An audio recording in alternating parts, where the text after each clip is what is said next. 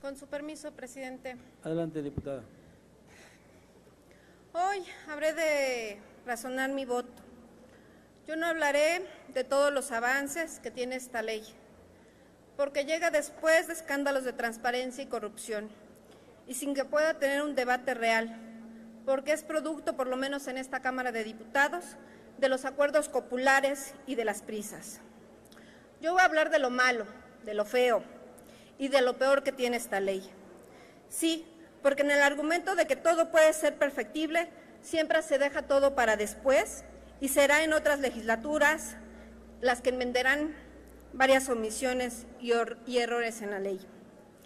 En el dictamen que seguramente se aprobará hoy, se encuentra una nueva facultad del IFAI de abrir la información relacionada con violaciones a derechos humanos, sin necesidad de esperar a la Comisión Nacional de Derechos Humanos. Sin embargo, no hay claridad sobre los mecanismos a seguir por el propio IFAI para determinar qué información debe hacerse pública, por lo que al final será la Suprema Corte de Justicia de la Nación quien decidirá cuál información podrá hacerse pública cuando se trate de violaciones graves.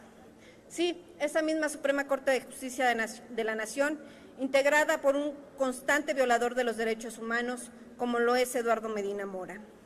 En este dictamen se deja las instancias como la CEIDO, el Estado Mayor Presidencial, la SEDEN, el CISEN, el Centro de Planeación de Análisis e Información para Combatir a la Delincuencia Organizada, que serán sujetos obligados, que no serán sujetos obligados, por ser quienes toman la decisión en temas de seguridad nacional. Coincido en que obtener información de estas instituciones será casi imposible y por lo que se asume que estas instituciones funcionan como lo deben, lo que es evidentemente falso. Además, el consejero jurídico de la Presidencia de la República podrá interponer recursos ante la Suprema Corte de Justicia de la Nación cuando se considere que la información solicitada pone en peligro la seguridad nacional.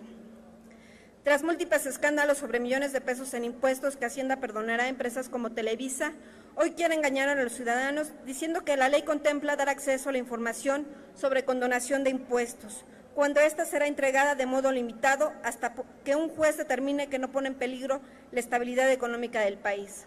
En otras palabras, se busca evitar la fuga de capital y la especulación en la bolsa, que tendría lugar si se revelara el nombre de las empresas o instituciones que obtienen trato preferencial del gobierno. En resumen, todo lo que sea un peligro, a decir del gobierno federal, no será transparente, y no lo será porque efectivamente pone en peligro, pero los intereses personales de los servidores públicos.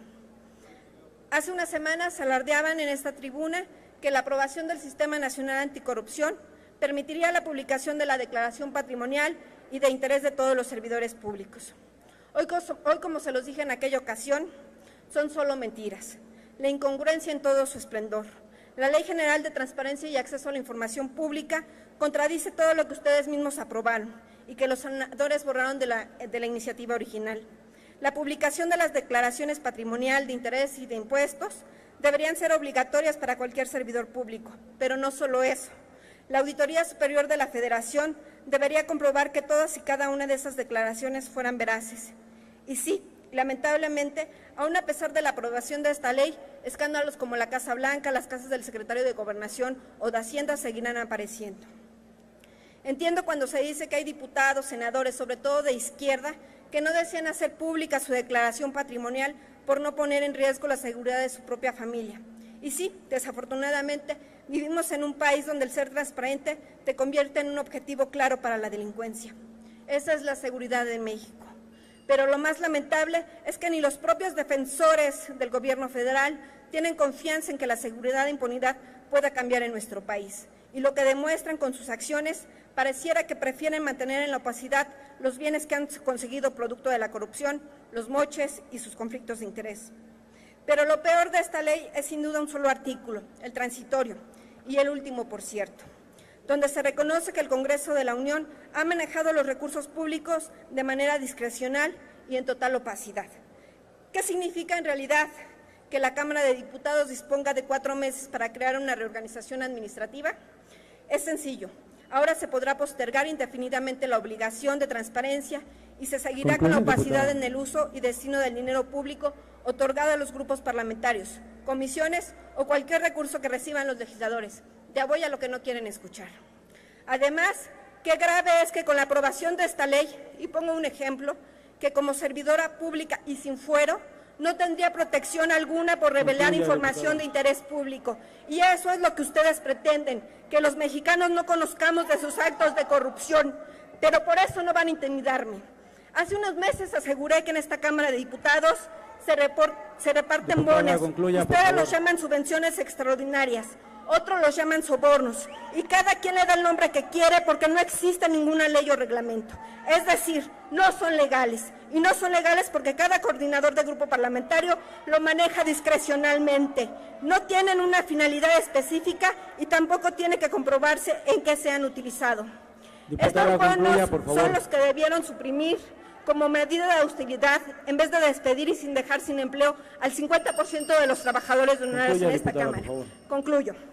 Por eso nos sorprende que hoy no vayan a modificar este artículo transitorio, porque se han seguido repartiendo el dinero de todos los mexicanos, porque de acuerdo al último informe semestral que presentaron los grupos parlamentarios, revela que exclusivamente las subvenciones extraordinarias o bonos o sobornos, los que integraron el Pacto por México, recibieron el PRI 68.760.000 pesos, el PAN 31.284.000.000 de pesos, el PRD 33.922.000 pesos, el Partido Verde 12.950.000 pesos y Nueva Alianza 2.500.000 pesos.